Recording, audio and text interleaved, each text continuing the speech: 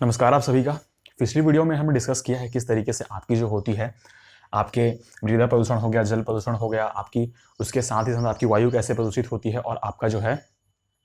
कैसे आपकी जो है मिट्टी जो है वहाँ पर प्रदूषित होती है। आज की इस वीडियो में हम लोग डिस्कस करने वाले हैं हमारे दो और टॉपिक्स के ऊपर, जो कि आपकी पोल्यूशन की सीरीज हम लोगों ने स्टार्ट की है। तो आपका जो आएगा दो और टाइप्स के होते हैं यहाँ पर, आपका रेडियो एक्टिव पॉल्यूशन और दूसरा आपका होता है ई वेस्टेज पॉल्यूशन। तो हम लोग आज डिस्कस करने वाले हैं कि किस तरीके से आपका जो होता है रेडियोधर्मी प्रदूषण होता है, साथ ही साथ आपकी जो होती है ई कचरा, मतलब आप लोग जो इलेक्ट्रॉनिक वेस्ट आपका होता है उन उनके थ्रू कैसे आपका पॉल्यूशन होता है। तो अगर आपने यहाँ पर पिछली वीडियोस को नहीं देखा है, साथ ही साथ आप जो है चैनल पर नई बार आए हुए हैं या फिर पहली बार आए हुए हैं, तो मैंने अपने ही चैनल पर प्लेलिस्ट बना रखी है अलग से। आप उस प्लेलिस्ट में जाकर पूरी आपकी फर्स्ट पेपर की वीडियो सीरीज है उसको आप लोग देख सकते हैं, साथ ही साथ आप चैनल को सब्सक्राइब कर सकते हैं। तो चलिए आज की इस वीडियो में हम लोग डिस्कस करने वाले हैं आपका रेडियो एक्टिव पॉल्यूशन, साथ ही साथ आपके ई वेस्टेज के ऊपर। तो ये दोनों आपके प्रदूषण जो होते हैं वो सिमिलर होते हैं, लेकिन इसमें थोड़े थोड़े डिफरेंसेस होते हैं, इसीलिए मैंने दोनों को अलग अलग यहाँ पर रखा हुआ है। तो सबसे पहले हम लोग कारकों की अगर बात करते हैं, प्रदूषण के कौन कौन से कारक होते हैं आपका रेडियो एक्टिव पॉल्यूशन में और ई कचरा में, तो दोनों को हम लोग यहाँ पर साथ साथ देखने की कोशिश करेंगे। तो सबसे पहला आपका कारक जो होता है वो आपका आएगा न्यूक्लियर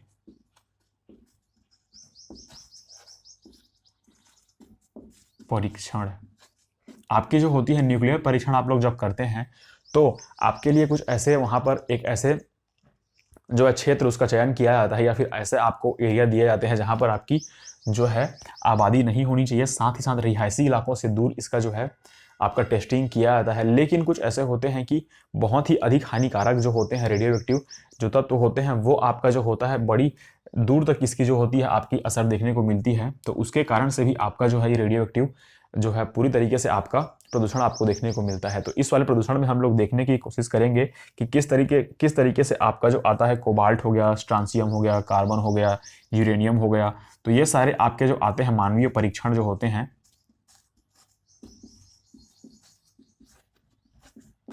किस तरीके से मानवीय परीक्षणों के कारण आपका जो होता है रेडियोधर्मी प्रदूषण होता है। क्योंकि आप लोग जानते हैं कि न्यूक्लियर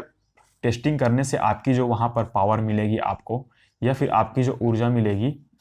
वो ऊर्जा बहुत ही अत्यधिक मात्रा में मिलती है, जिसमें कि आपकी बहुत ही कम वहां पर जो तत्वों का उपयोग करके आप लोग ज्यादा ऊर्जा प्राप्त करते हैं। तो उसकी लालच में आप लोग जो है ज्यादा मात्रा में यहाँ पर न्यूक्लियर टेस्ट कर लेते हैं, जिससे कि आपका होता यह है कि आपकी जो वो वाली एरिया होती है पूरी तरीके से न्यूक्लियर जो होता है वहां पर उसका रेडिएशन फैल जाता है, जिससे कि आपकी रेडियोधर्मी प्रदूषण होती है। मतलब आपका जो रेडिएशन फैला रहता है उसी के चलते आपका जो प्रदूषण होता है उसे हम लोग कहेंगे रेडियोधर्मी प्रदूषण। ई कचरा की हम लोग अगर बात करते हैं तो ई कचरा बोलने का मतलब यह है कि अगर आपने अपने इलेक्ट्रॉनिक वेस्टेज का मतलब ये हो गया, जैसे कि आपकी मोबाइल अगर खराब हो जाती है तो मोबाइल आपके खराब होने के बाद वो उपयोग में उतनी नहीं रहती है तो उसको आप लोग फेंक देते हैं। साथ ही साथ आपका लैपटॉप जो होता है वो खराब हो जाता है, आपके जितने भी इलेक्ट्रिकल के जो भी संसाधन है या फिर जितने भी इलेक्ट्रिकल के जो भी पार्ट्स हैं वो खराब हो जाते हैं। आपका एसी खराब हो गया, आपका टीवी, कूलर, फ्रिज, ये सारी चीजें आपकी खराब हो जाती हैं, तो उनका जो वेस्टेज निकलता है उसी को हम लोग कहते हैं ई कचरा। और इसका ये जो होता है ई कचरा जो होता है बहुत ही जो है लंबे समय तक आपका प्रदूषण को बढ़ावा देता है। क्योंकि आप सभी जानते हैं कि प्लास्टिक जो होता है, ये सारी चीजें अधिकतर जो होती है प्लास्टिक की बनी हुई होती हैं, इसके ऊपर थोड़ा सा मेटल का फ्रेम वो लोग चढ़ाए रहते हैं। तो कहने का मतलब यह है कि अगर आपने ई कचरा या फिर ई वेस्टेज का अच्छे तरीके से वहां पर भंडारण वहां पर नहीं किया, साथ ही साथ आपने उसका जो है पूरी तरीके से मैनेजमेंट नहीं किया इसके वेस्टेज का, तो आपका होगा ये कि ये बहुत लंबे समय तक आपके पर्यावरण में विद्यमान रहेंगी और आपका जो है पूरी तरीके से वहां पर जो है पर्यावरण को प्रदूषित करेंगी। तो ये वाला कारक हो गया आपका, ये आपका आएगा घरों का कचरा, घरों का प्लास्टिक और इलेक्ट्रॉनिक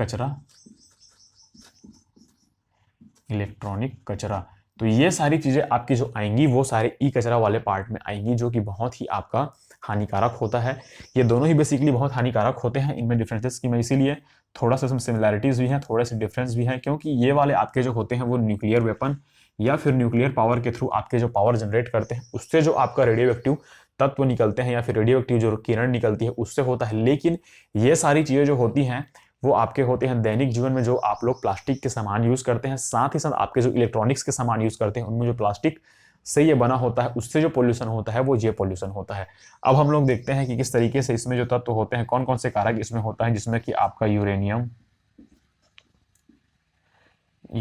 हो गया, आपका स्ट्रांसियम हो गया, इसमें कोबाल्ट हो गया,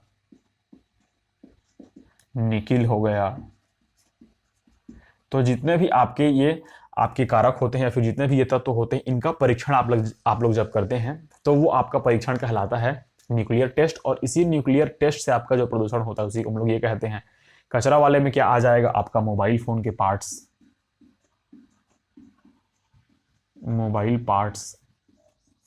साथ ही साथ आपके आ जाएंगे पर्सनल कंप्यूटर, पीसी हो गया आपका। उसके बाद ही आपका आ जाएगा एसी हो जाएगा, एयर कंडीशनर आ जाएगा, आपका कूलर हो जाएगा। तो ये सारी चीज़ें आपकी, ये टेलीविज़न हो जाएगा। पुराने ज़माने के टेलीविज़न आप लोगों ने देखा होगा किस तरीके से आपका टेलीविज़न जो होता था वो आपका साइज़ में भी बड़ा होता था और वहाँ पर शेप में भी वे बहुत ज़्यादा बड़े होते थे। तो किस तरीके से ये अगर एक बार ख़राब होते थे फिर इसका जो यूज़ था वो नहीं हो पाता था, तो हमें इसे पूरी तरीके से फेंकना ही पड़ता था। तो उससे जो आपका पॉल्यूशन होता था वो आपका ई कचरा के थ्रू होता था। अब हम लोग देखते हैं कि इसका जो है आपका जो है रोकथाम कैसे करेंगे, मतलब इनका जो रोकथाम है वो किस तरीके से आप लोग करेंगे। तो रोकथाम की अगर मैं बात करूं तो इसका जो है प्रॉपर रोकथाम अभी तक इसका जो है अल्टरनेटिव किसी ने भी नहीं खोजा है। लेकिन आपका होगा ये कि हम किस तरीके से इसका जो है यूज़ कम करें, और यूज़ कम करने के साथ ही साथ आपका इसका जो है भंडारण की जो प्रक्रिया होगी या फिर भंडारण जो होगा इसका, वो हम लोग अच्छे तरीके से करेंगे। तो ई कचरा की बात करते हैं हम लोग अगर, तो ई कचरा में हम लोग देखा होगा कि हम लोग जो है थोड़ा सा इसमें असरदार इसमें जो है आपको वर्जन्स को बनाने की कोशिश करेंगे, ताकि आपका जो है इसका जो है एक निश्चित समय के लिए उपयोग ना हो, ताकि इसका उपयोग जो है वो लंबे समय तक हो। मतलब इसका जो है असरदार एवं लंबे समय से उपयोग करें इनकी चीज़ों का, जिससे कि आपका ई वेस्टेज वाले जो भी संसाधन होंगे उसकी कमी वहाँ पर आपको देखने को मिलेगी। साथ ही साथ आपकी जो होगी प्रोडक्शन, मतलब इसका जो है आप लोग किस तरीके से प्रोडक्शन करते हैं उसमें जो आपकी क्वालिटी होगी, गुणवत्ता आपको लानी होगी। इस वाले में अगर हम लोग कहें तो आपका जो है आपके परीक्षणों को कम करना होगा, परीक्षणों की संख्या को वहां पर आपको कम मात्रा में करना होगा। आप सभी जानते हैं कि अगर आपको पावर चाहिए तो आप बहुत सारे ऐसे सोर्सेस हैं जिससे कि आपका प्रदूषण उतने लेवल तक नहीं होता जितना कि आपका रेडियो एक्टिव प्रदूषण में होता है। तो उस तरीके से आप लोग जो है इसका अल्टरनेटिव खोज सकते हैं। लेकिन आज आप सभी जानते हैं कि आजकल जो होता है आपका न्यूक्लियर वेपन बनाने में इसका इस्तेमाल ज़्यादा होता है, और इसी के चलते मतलब आजकल जो है हर देश अपने आप को शक्तिशाली बनाने की होड़ में लगा हुआ है। तो उसी होड़ में ये लोग क्या कर रहे हैं, आजकल जो है न्यूक्लियर वेपन्स जो होते हैं उसका अधिक तरीके से वहां पर निर्माण कर रहे हैं। तो अगर आप लोग जो प्रोडक्शन बढ़ाएंगे किसी भी न्यूक्लियर वेपन्स का, तो वहां पर जाहिर सी बात है कि आपकी जो होगी टेस्टिंग वहां पर न्यूक्लियर्स की वो आपको बहुत ज़्यादा करनी पड़ेगी। तो टेस्टिंग के कारण ही आपका जो होगा वहां पर रेडिएशन बहुत ज़्यादा फैलेगा और इससे प्रदूषण आपका बढ़ेगा। तो इसी टेस्टिंग को हम लोग को कम करना है। साथ ही साथ अगर आप लोगों को वेपन बनाने हैं तो कुछ ऐसे वेपन्स बनाएं जो कि आपके कम वहां पर घातक हों। आप सभी जानते हैं कि वेपन्स तो घातक होते ही हैं, वे पर्यावरण को नुकसान पहुंचाएंगे, लेकिन कहने का मतलब यह है कि ज्यादा नुकसान वहां पर आपको नहीं पहुंचाना है, जिससे कि आपका पर्यावरण जो है वो अच्छी तरीके से वहां पर संभल के बना रहे। तो ये सारी चीजें थी आपकी इस वाले पोर्शन में। इसके ऊपर हम लोग अब थोड़ा सा डिस्कशन ये करने वाले हैं कि थोड़ा इसमें जो कौन कौन से आते हैं प्लास्टिक के प्रदूषण। प्लास्टिक के प्रदूषण के ऊपर मैं आप लोगों को थोड़ी सी यहाँ पर जानकारी देने की कोशिश करूंगा। अगर आपसे क्वेश्चन में पूछ लिया जाता है कि आपका जो है प्लास्टिक का प्रदूषण जो होता है वो किस तरीके से आपका होता है, साथ ही साथ आपका जो होता है जो वर्ल्ड में मतलब पूरे विश्व में आपकी जो उत्पाद होती है, जितने भी आपके सामग्रियां बनाई जाती हैं प्लास्टिक की है, अगर मैं बात करूं यहाँ पर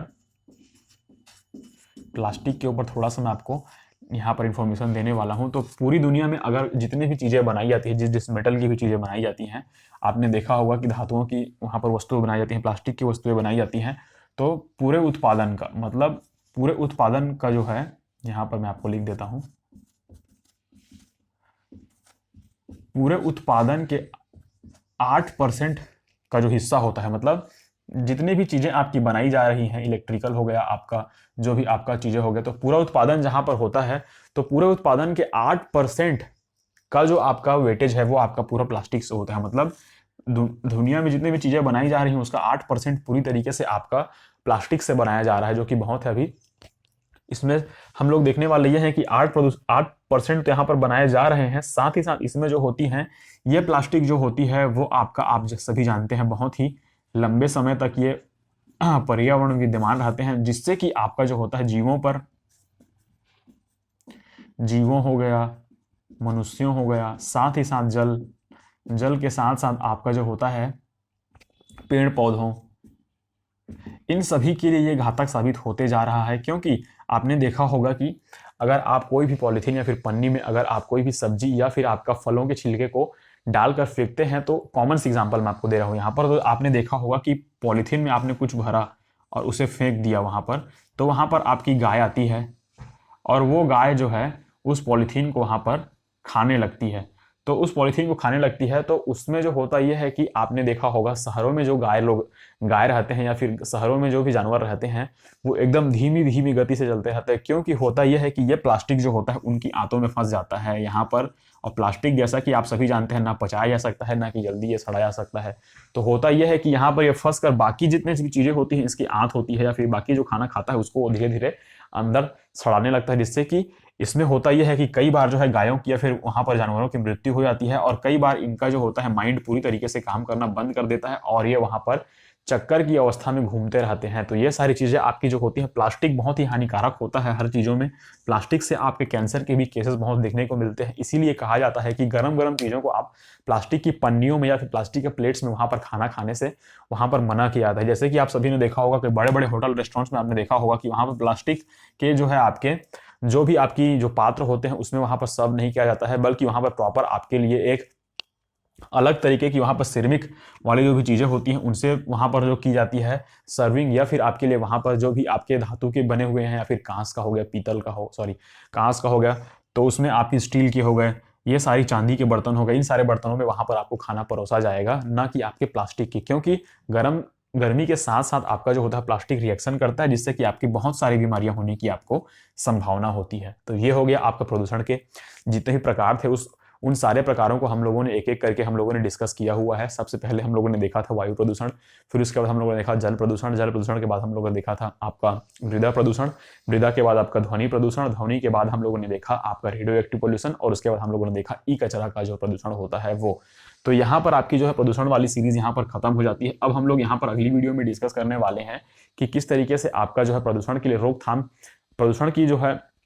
आपकी रोकथाम करने के लिए सरकार द्वारा कौन कौन से नियम या फिर योजनाएं बनाई गई हैं, सरकार द्वारा कौन कौन से वहां पर नियमों का जो है वहां पर क्रियान्वयन किया गया है, उन नियमों के ऊपर हम लोग एक एक करके यहाँ पर डिस्कशन करेंगे। तो वीडियो अगर अच्छी लगी हो तो वीडियो को लाइक करिएगा। ये वीडियो बहुत छोटी थी क्योंकि हम लोगों ने यहाँ पर 2 टाइप्स को खाली डिस्कस किया है जो कि उतना इंपॉर्टेंट नहीं है। हम लोग यहाँ पर देखेंगे कि इंपॉर्टेंट चीजें क्या होती हैं। तो उन इंपॉर्टेंट चीजों में आपका होगा ये कि मानव स्वास्थ्य पर इन प्रदूषण का क्या प्रभाव पड़ता है, कौन कौन से मानव अंग यहाँ पर प्रभावित होते हैं, कौन कौन सी बीमारियां होती हैं, उनसे यहाँ पर ज्यादा क्वेश्चन पूछा जाता है। क्योंकि ये तो आजकल के नॉर्मल टॉपिक हो गए हैं, क्योंकि हम सभी जानते हैं कि इन सभी चीजों को हम लोग बचपन से पढ़ते आ रहे हैं, तो इसका पूछने का उतना यहाँ पर कोई चांस नहीं बनता है। चांसेस आपके होते ये हैं कि कौन से प्रदूषण से जो है शरीर का कौन सा अंग प्रभावित होता है, तो उसका हम लोग पूरी तरीके से डिटेल में डिस्कशन करेंगे। तो उस वीडियो का वेट करिए, और अगर वीडियो आपको अच्छी लगी हो तो वीडियो को लाइक करिएगा, चैनल को सब्सक्राइब करिएगा, साथ ही साथ आपका जो है फ्रेंड्स और फैमिली के साथ शेयर करना ना भूलिए जो कि पेपर फर्स्ट की तैयारी में लगे हुए हैं। तो मिलते हैं नई वीडियो में, उतने से आप लोग अपना ध्यान रखिए। धन्यवाद।